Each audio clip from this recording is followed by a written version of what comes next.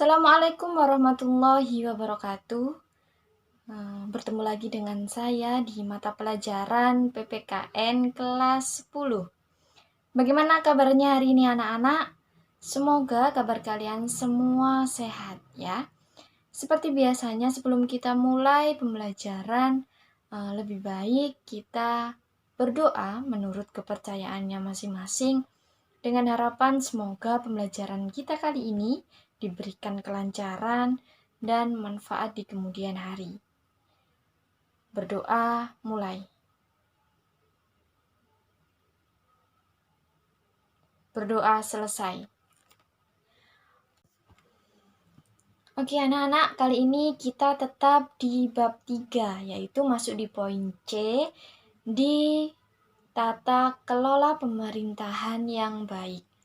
Silahkan siapkan buku catatannya dan alat tulisnya untuk mencatat materi pada hari ini ya. Bisa kalian lihat slide di samping, yaitu apa itu tata kelola pemerintahan yang baik? Nah, di sini ada menurut World Bank, yaitu suatu penyelenggaraan manajemen pembangunan yang solid dan bertanggung jawab yang sejalan dalam prinsip demokrasi dengan pasar yang efisien. Atau bisa kalian jelaskan juga anak-anak bentuk pengelolaan negara dan masyarakat yang bersandar pada kepentingan rakyat. Jadi tata kelola pemerintahan yang baik itu bentuk pengelolaan negara atau tata kelola negara dan masyarakat yang bersandar pada kepentingan seluruh rakyat. Lalu, apa saja ciri dan karakteristik tata kelola pemerintahan yang baik? Nah, itu ada 5 ciri-cirinya, yaitu yang pertama, terwujudnya interaksi yang baik antara pemerintah, swasta, dan masyarakat, terutama bekerja sama dalam pengaturan kehidupan sosial, politik, dan sosial ekonomi. Selanjutnya yaitu adanya komunikasi, melakukan sinergi untuk menghasilkan output yang berkualitas. Selanjutnya ada proses penguatan diri sendiri, yaitu adanya upaya untuk mendirikan pemerintahan yang mengatasi kekacauan. Jadi ada penguatan dari sendiri untuk bagaimana caranya mendirikan pemerintah ini yang bisa mengatasi atau memberi solusi ketika ada kekacauan. Seperti itu. Lalu selanjutnya ada keseimbangan kekuatan, yaitu mewujudkan pembangunan yang berkelanjutan. Dan yang terakhir ada independensi. Apa itu independensi? Yaitu menciptakan atau saling menciptakan ketergantungan yang dinamis antara pemerintah, swasta, dan masyarakat melalui koordinasi yang efisien dan fasilitasnya pun diketahui. Begitu. Lalu, apa saja hal-hal yang mencakup hubungan dalam tata kelola pemerintahan yang baik? Yaitu yang pertama, ada hubungan antara pemerintah dan pasar. Di sini misalnya pemerintah mengendalikan harga-harga sembako agar sesuai dengan harga pasar.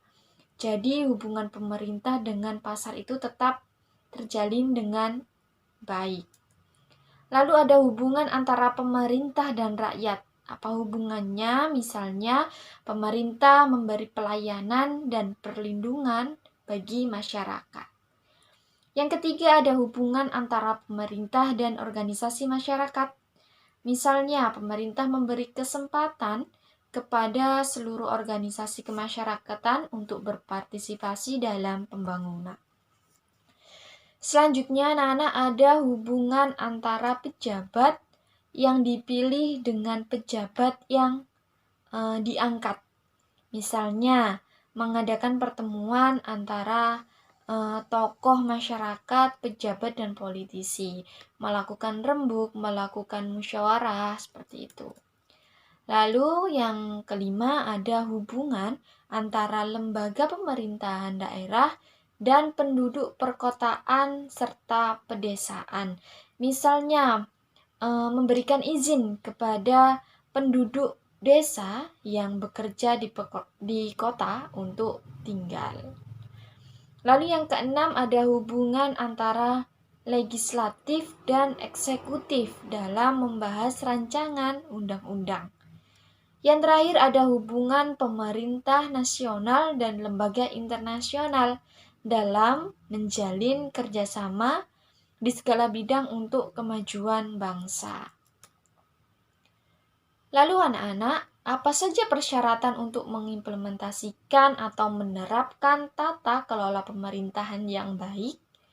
Yaitu yang pertama, mewujudkan efisiensi dalam manajemen pada sektor publik, antara lain dengan memperkenalkan teknik manajemen perusahaan di lingkungan administrasi pemerintahan negara. Yang kedua, terwujudnya akuntabilitas publik.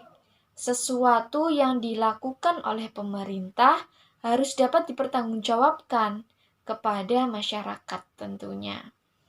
Yang ketiga, anak-anak, tersedianya perangkat hukum yang memadai berupa peraturan perundang-undangan yang mendukung terselenggaranya sistem pemerintahan yang baik. Yang keempat, adanya sistem informasi yang menjalin akses masyarakat terhadap kebijakan pemerintah. Yang kelima, adanya transparansi dalam perbuatan kebijakan dan implementasinya, sehingga hak-hak dari masyarakat untuk mengetahui keputusan pemerintah itu terjamin. Nah, sekarang bisa kalian lihat anak-anak, itu adalah tugas mandiri yang harus kalian kerjakan di buku tugas seperti biasanya, yaitu berilah pengertian ciri-ciri tata kelola pemerintahan berikut.